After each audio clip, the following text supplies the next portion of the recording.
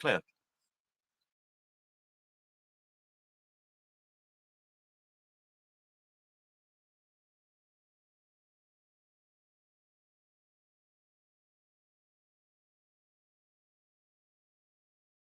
The Muslim Caliphate, which it certainly would have been. So I think Europe owes a great debt to the Order of the Dragon, which is Sarmatian and Mithraic in origin. Very, very, very well put. Claire.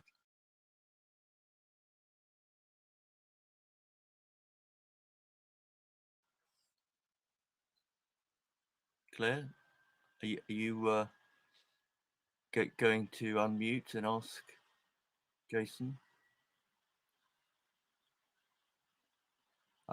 Does it Edward? Did you have a question? Oh yeah, please go ahead.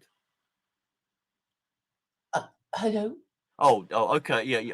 I'm sorry. I took a while to find all the buttons and get back to the right window. I'm sorry. Thank you, Jason. I wonder if you could tell us what your religion was before all this. What my religion was? My religion has always been philosophy. To be quite honest with you, and I mean, I've written this elsewhere, so I'm not saying anything new, but I think if you aspire to be a philosopher, let alone if you actually succeed in becoming one, your religion has to be the pursuit of wisdom and the reverence for wisdom.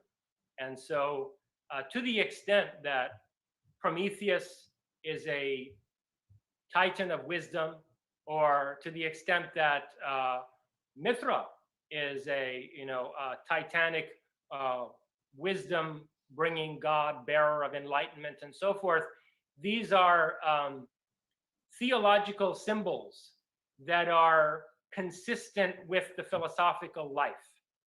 That's what I would say.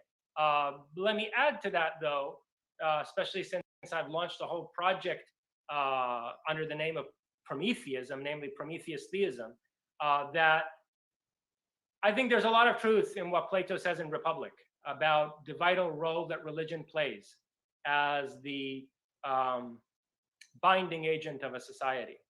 The noble lie.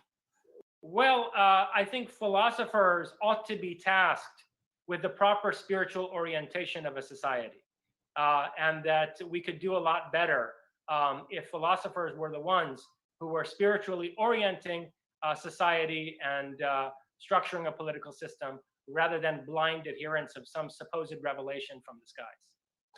So you're creating a priesthood of philosophers. That's kind of what you're proposing, isn't it? That would be nice. Let's see what we can do. Yeah. But how is one to measure wisdom? Look, I mean, this brings you back to arguments against Plato and arguments within the Platonic dialogues.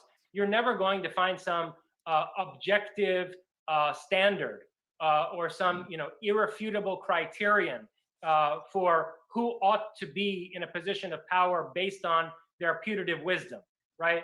But we don't, even in the world today, have an aspiration for a political system that's guided by the wise rather than guided by basically crime syndicates and corporatist looters and very openly corrupt politicians. So the first step is to abandon false ideals like mobocracy, i.e. democracy, and the reign of capital, and at least aspire to a system where guidance is being provided by those who ostensibly have dedicated themselves to the acquisition of knowledge and the pursuit of wisdom. Thank you very much.